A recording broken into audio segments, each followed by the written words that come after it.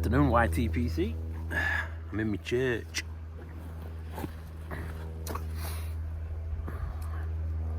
I've got a pipe with me today. I've got a cigar, but I just don't fancy it. It's Friday afternoon. Now, me and Chris, brutal enough, we email quite regular. Struck up a bit of good repertoire. Enjoy his channel. Enjoy his friendship. And we've been chatting away. And we were talking about relationships.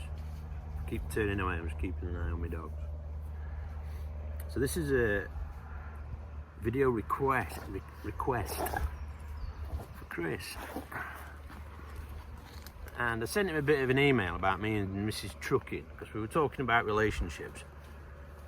I said, it might sound a bit soppy. He was like, don't be daft. But it's a difficult question. And he was asking how we have such a good relationship. So on the serious side of that, it's because whatever I say, she does. She cooks, she cleans, she irons. Just joking. And it is so difficult to answer. Just a quick background, we met when we were 11 at comprehensive school. So I lived in, our school brought in villages, the surrounding villages went to the main school. Mrs. Trucking lived in a village probably about 7 or 8 miles from mine. So the first time I ever met her was at the big school, when you go up to the big school. And we were 11 years old, and you first start liking girls, don't you? I suppose you did at our school. And there was just something about Mrs. Trucking.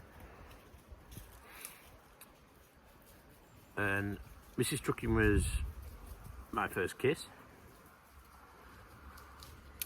And we always had this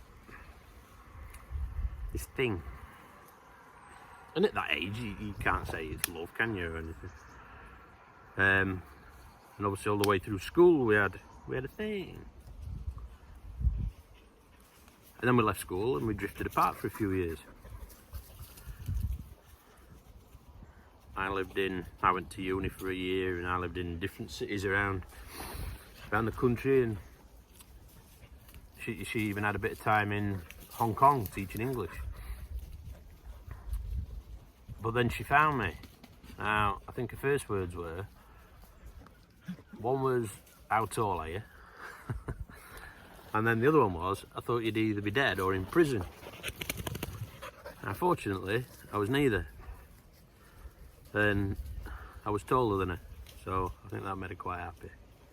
Now that's the type of relationship we've got. It's a comedy relationship. First and foremost, friendship. And she is my best friend. If there was no one else on the planet, she is my best friend. And that's where you've got to start your basis of a relationship from. If you're not friends, oof. I know people who are in relationships, and it's like they've settled for the lot. And you should never settle for your lot, because you're only here once. You're only here such a short time.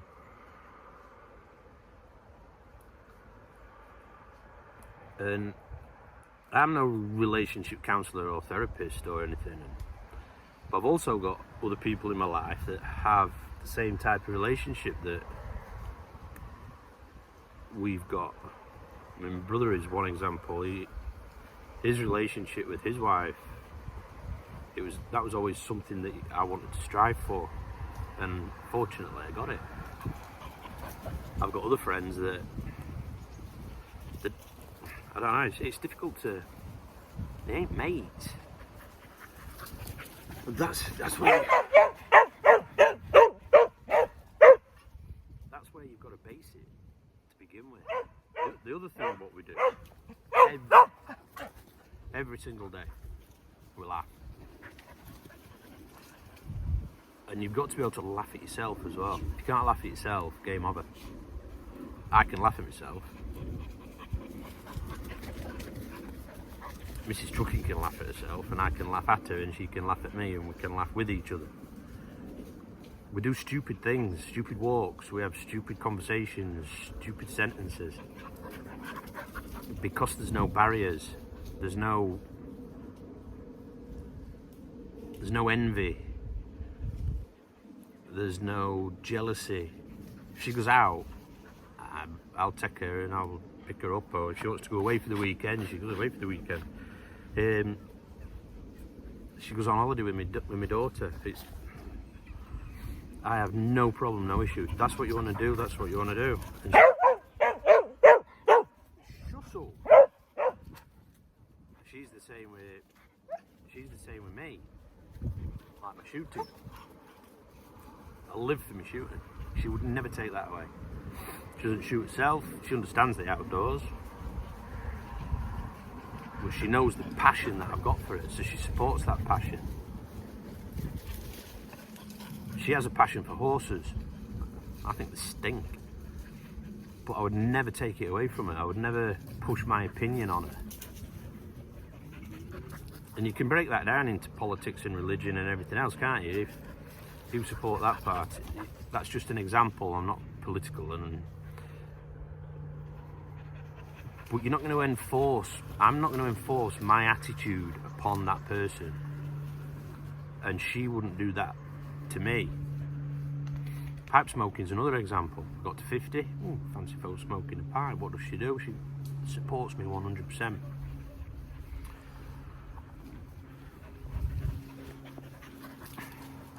We have our moments. It's not 100% bed of roses. Probably 99.9% it is. But when we do have our moments of, you can say, an argument, it's more of a disagreement. It's when you're tired, when you're stressed, and we'll know that, and it won't take long for it to blow over. And I just have to look in her eyes and chuck a smile out there, and she's saying she's the same. We know it won't go any further or past that. I think one of the greatest things was the eldest boy that said, I want a relationship like you and Mrs. Chuck, you and Mum. It's a fine example I hope we've set for the kids. The kids are pretty grounded. But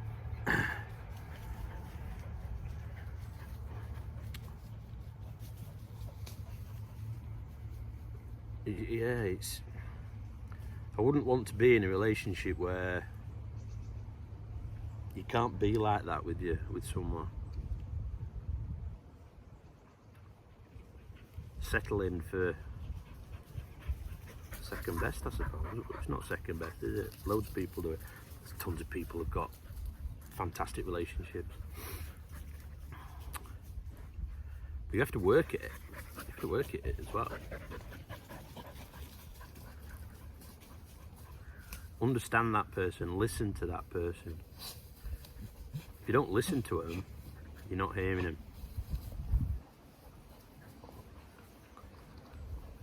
We could talk about your emotions.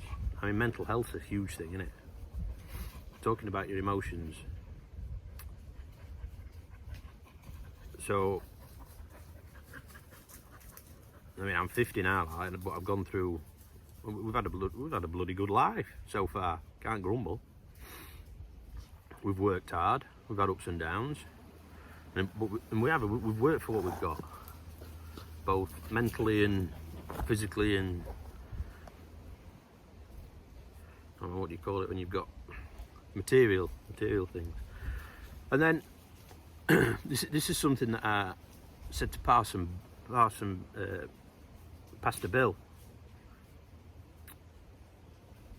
Now and again, what we do, we will stop. If you're striving for something, oh, I wish I had,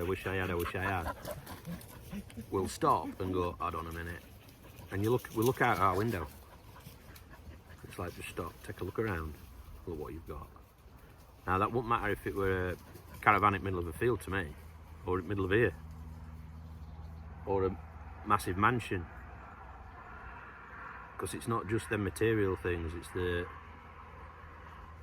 mental things, the spiritual things, the kids. One thing my brother always says is, as long as there's food in the fridge and a beer in the cupboard, house is warm, what more do you want? And it's totally right. But you do have to work at it.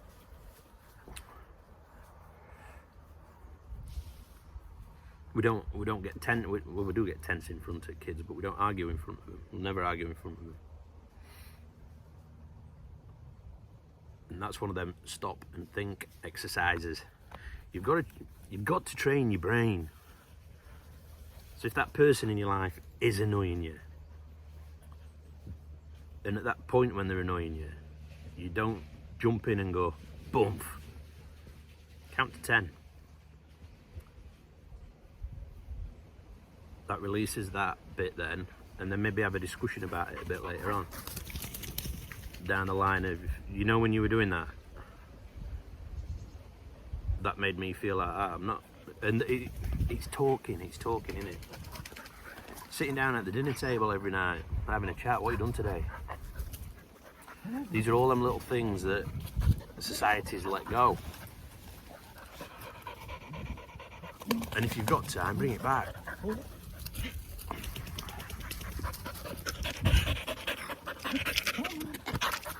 Yeah. So, I hope I've covered just some bits. Like I say, it's a minefield. Search for that person. Search for that beautiful person who thinks about you, cares about you, listens to you, and you do the same for that person.